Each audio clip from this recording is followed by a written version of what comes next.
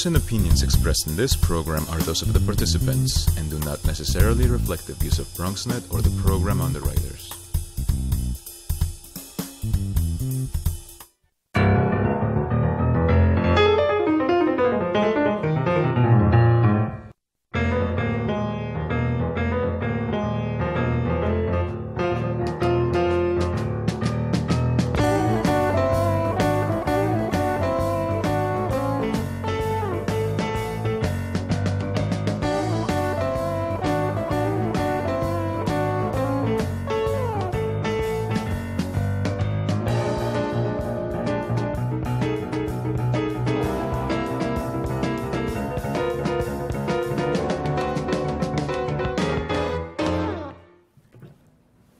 Good evening and welcome to Bronxtalk. It's been more than 20 years since the general public was allowed behind the fence of the Jerome Park Reservoir.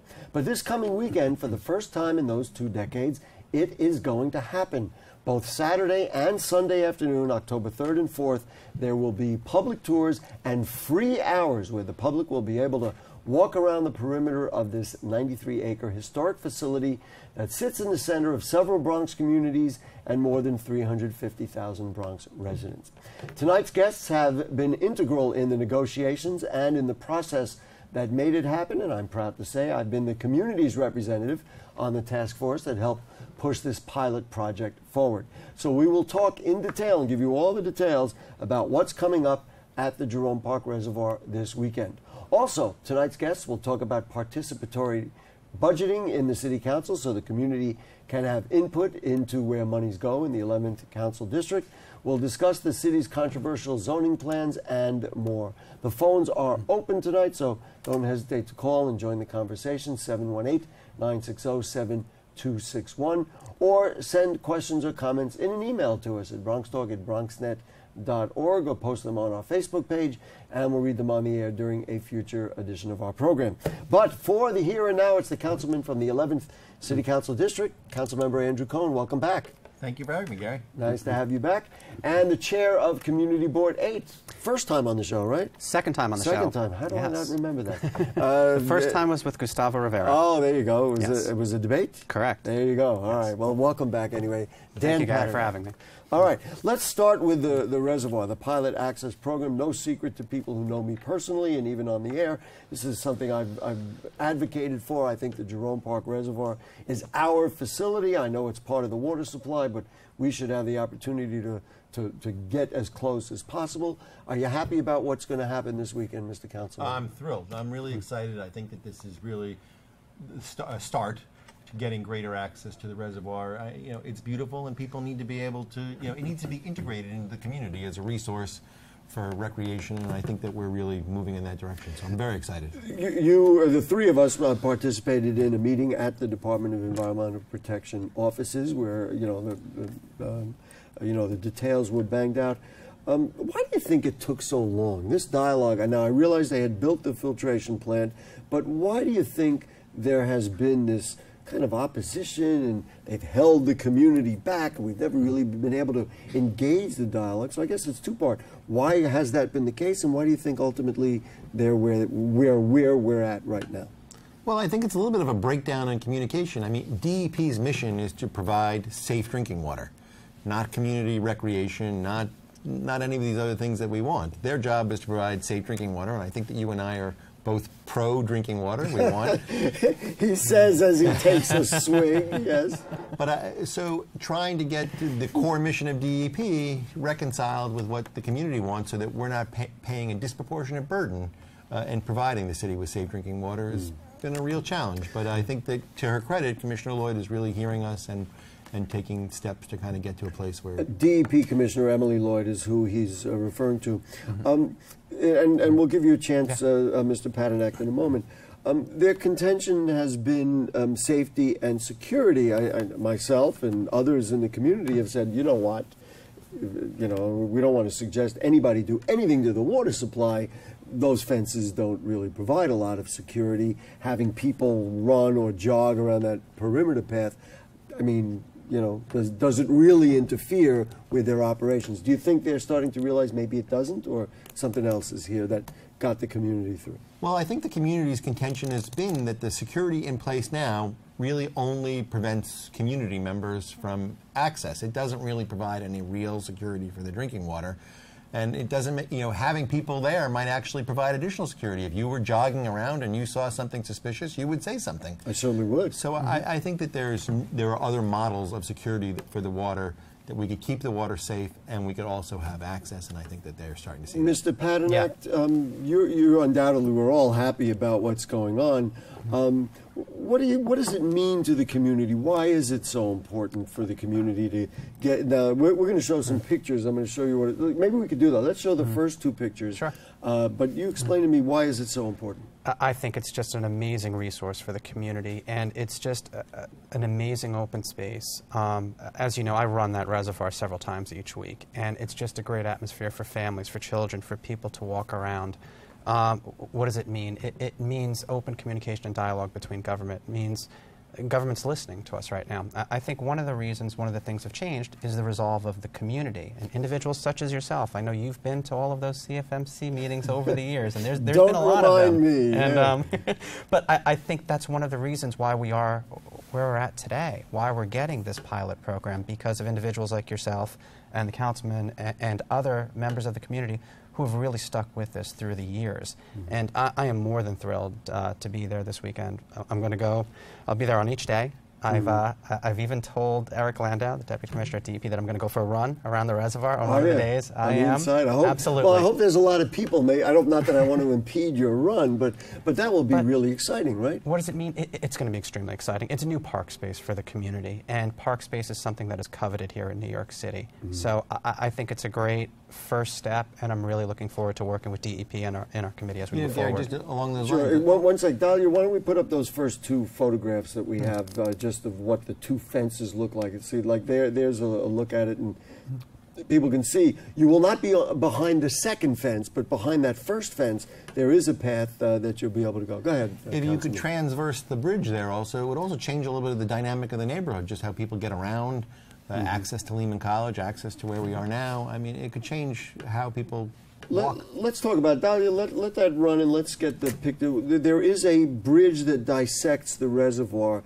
We were told that it was absolutely, there will not be access this time around to that bridge. Why do you think, like, what are they protecting at this point? Or do you think it's one of those things, well, slowly but surely we'll get there?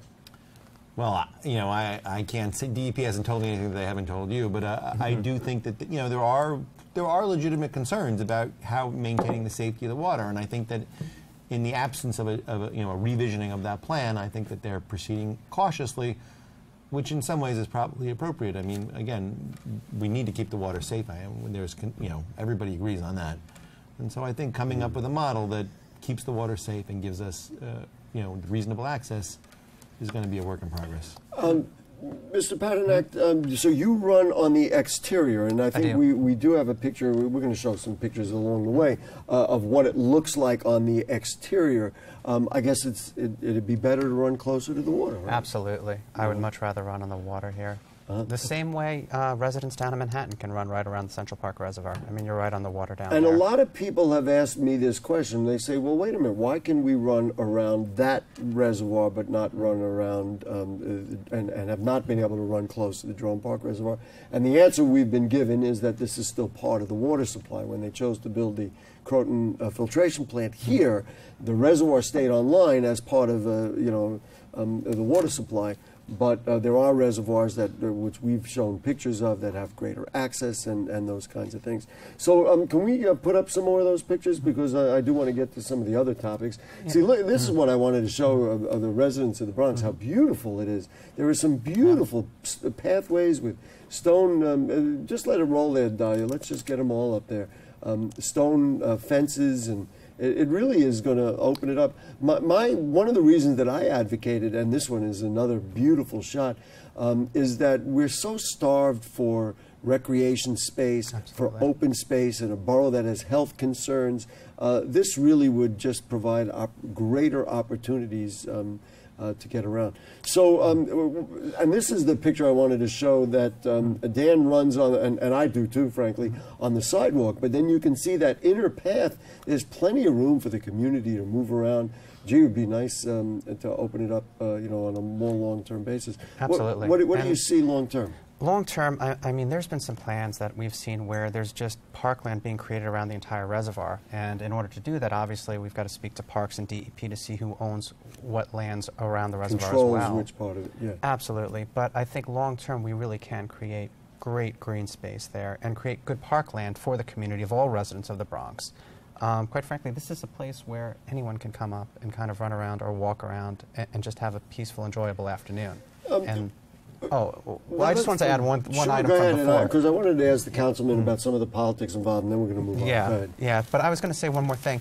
I think it's important that our committee and CFMC in general continues the conversation with DEP, because the more we can learn, and obviously there's security risks. Everybody wants safe drinking water, and everybody. I'm going to take another swig, as a matter of fact. And we've got some of the best in the country here in New York, but I think if we know what the concerns are, we could probably engineer around a lot of them. And it's just really getting information out to the right people and keeping that dialogue going. Councilman, you should get a lot of credit, because there was a lot of dialogue about a pedestrian bridge that was part of we don't even need to get into the specifics, part of the considerations when they built the water filtration plant. The community said you're supposed to build a bridge.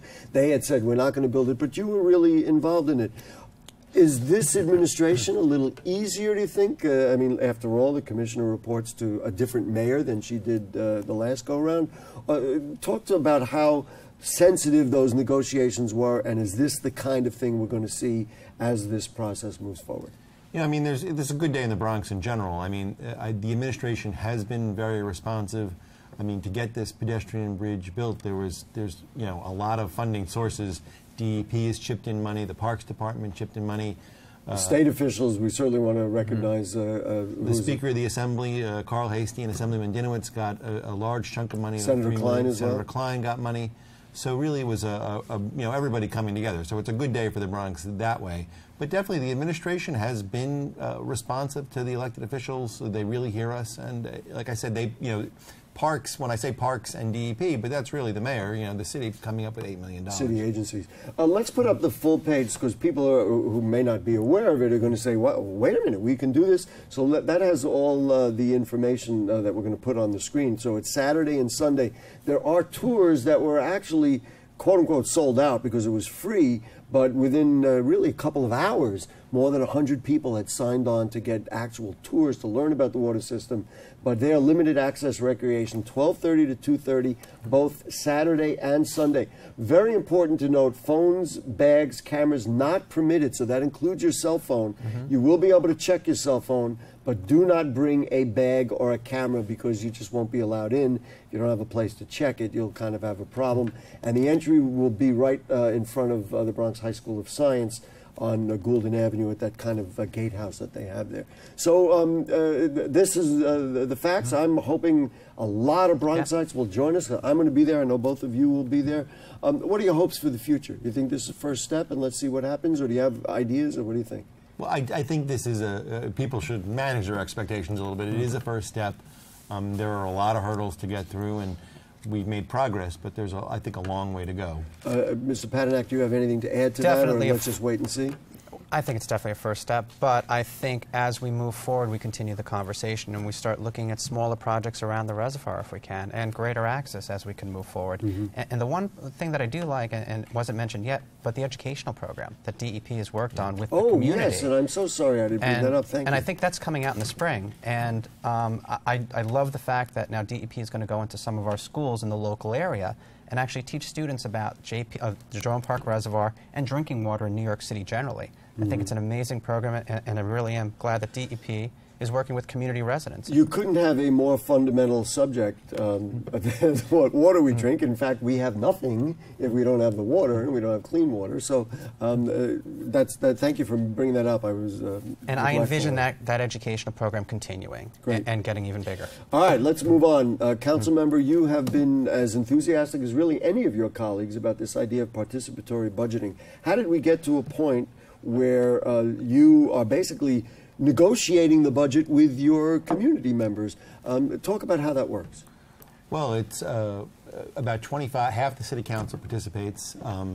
We go from neighborhood to neighborhood with assemblies, getting people together and letting them make real suggestions about the ideas that they want to see funded, projects they want to see funded. We did a lot of things the first year.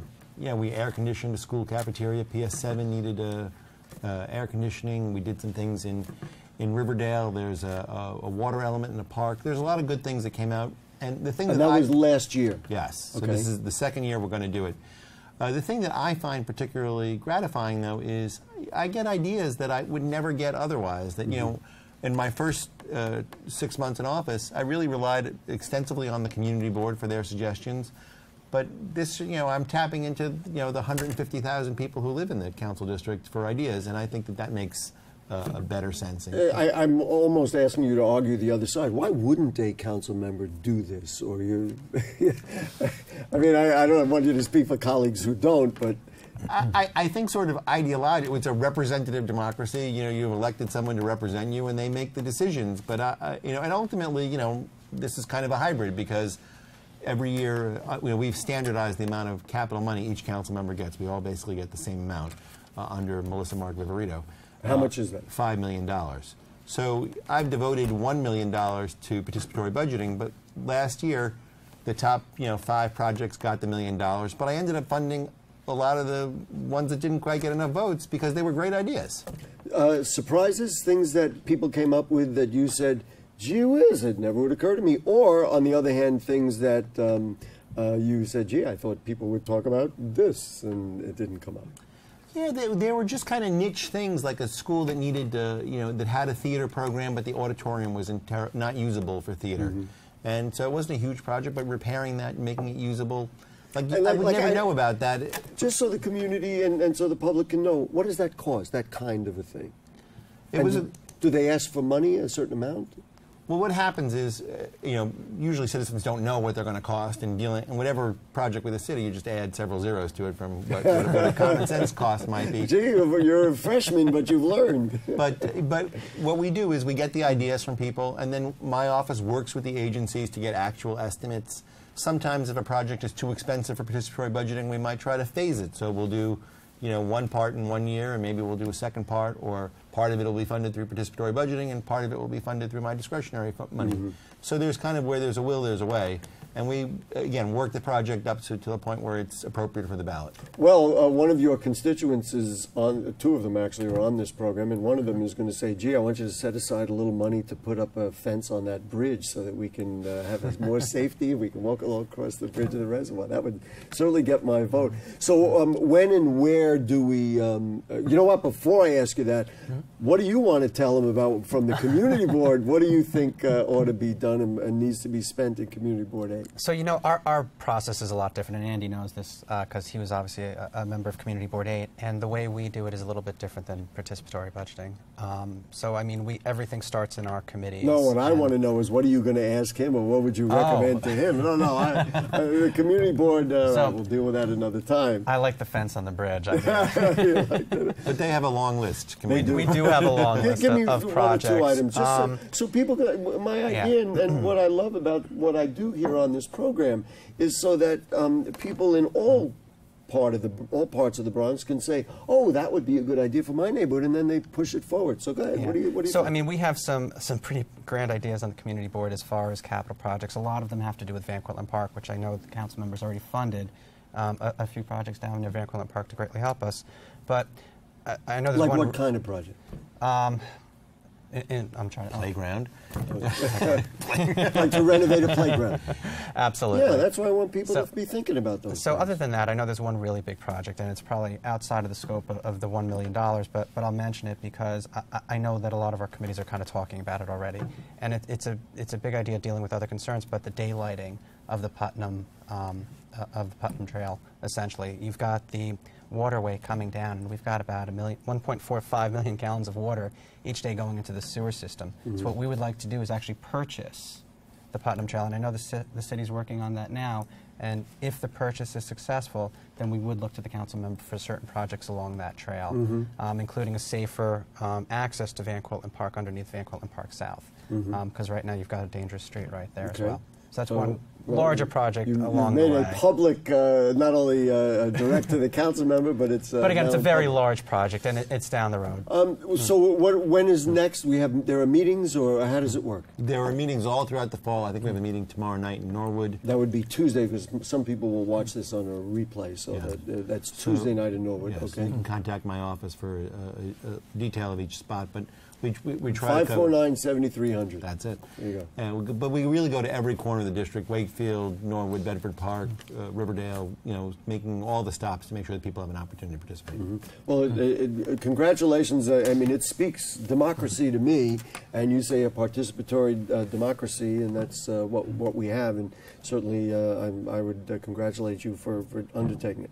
Mr. Paternak, Yes. when I spoke to you before the show and said, "Gee whiz, what's on your mind?" you said zoning, zoning, zoning, zoning. Absolutely. The city has come up with some zoning proposals that, not only here in the Bronx, but across the city, there's a lot of concern about. Yeah. So why don't you talk about what's coming up and what some of your concerns are? Sure. So the city has been working on two zoning text amendments. One is called the Zoning for Quality and Affordability, otherwise known as ZQA, and the other is the Mandatory Inclusionary Housing Text Amendment, otherwise known as MIH. Okay. So MIH is fairly new, and we haven't really gotten much information up until just recently.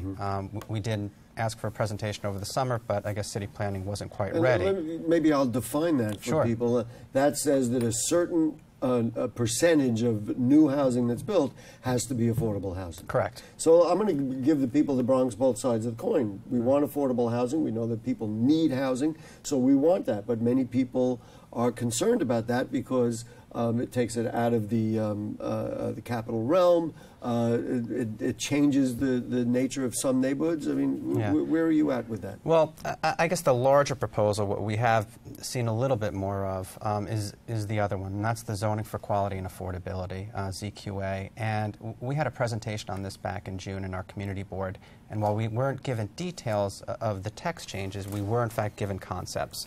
And I think ZQA has drawn out a lot of concerns. Well, what does it mean, so people can understand? So, I guess the best way to put it is ZQA has a number of different items within it which the city is looking for changes. For instance, they want to increase the height of buildings. They want to remove some rear and side setbacks. They want to basically reduce or eliminate parking in certain types of construction as So well. in other words, it used to be a rule that there would be a certain amount of parking to go with a building that's built, and now they want to eliminate that requirement. So people who have cars will just continue to flood overburdened neighborhoods. Correct. So Now you can see how I feel about it. Sorry. well, I guess it comes in like the main concerns, and that's what we've really gotten today. And just to keep in mind, we just got the text today, essentially, at our community board. It was delivered today. It was certified by city planning last week, and we received about, between the two plans, about 1,000 pages with all of the different documents that we have to go through, and we have 60 days to actually go 2 through months. the documents. And then who maybe I should ask the council member, but who's going to determine what happens with this? So right now, this is part of the ULURP process. So it's going to go to a lot of different bodies. It starts at the community board. The community boards across the city are going to vote on it. The borough president's going to vote on it. The city planning's going to vote on it. And eventually, the city council will vote on it. And the community boards are only advisory notes. In other words, you don't have an actual vote in the process. Correct.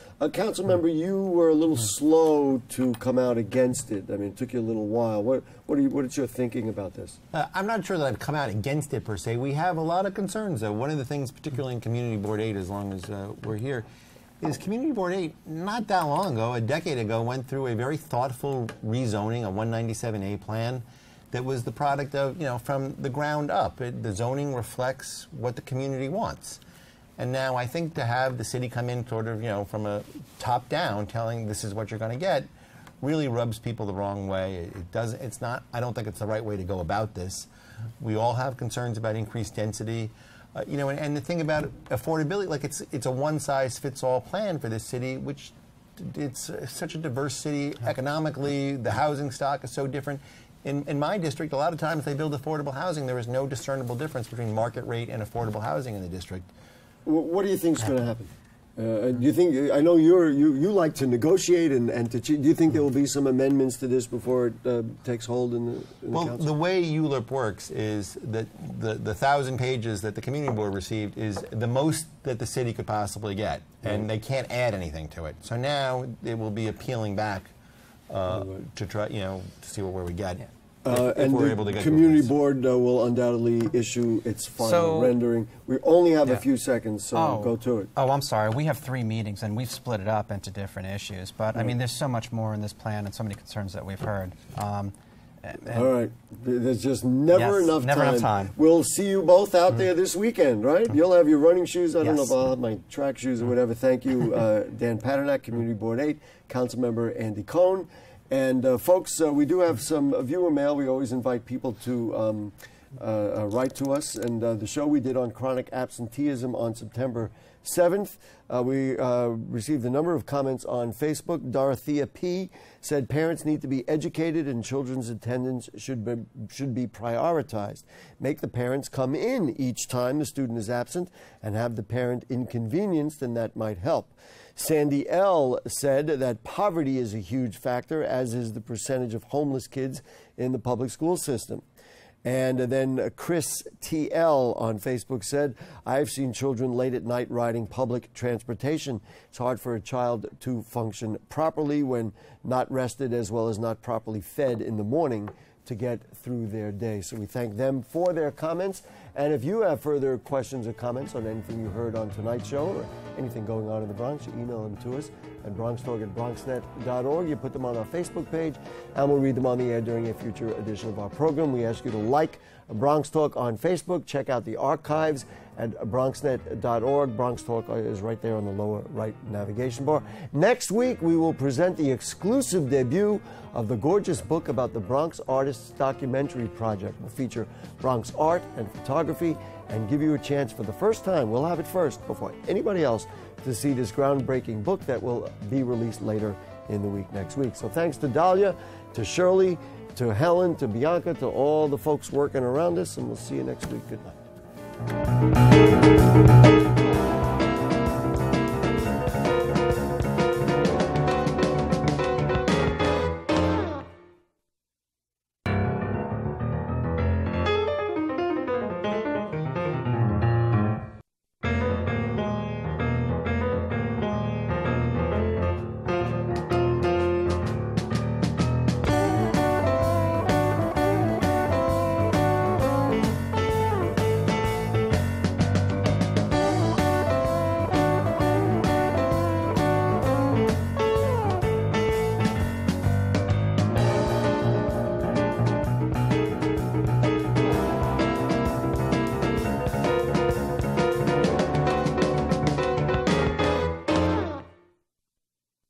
I grew up in the housing projects of Cleveland.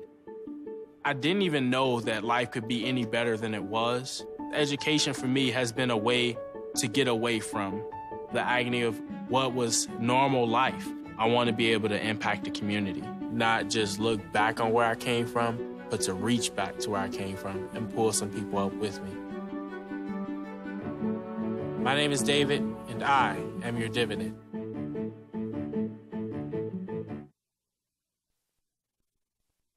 A single ember that escapes from a wildfire can travel more than a mile.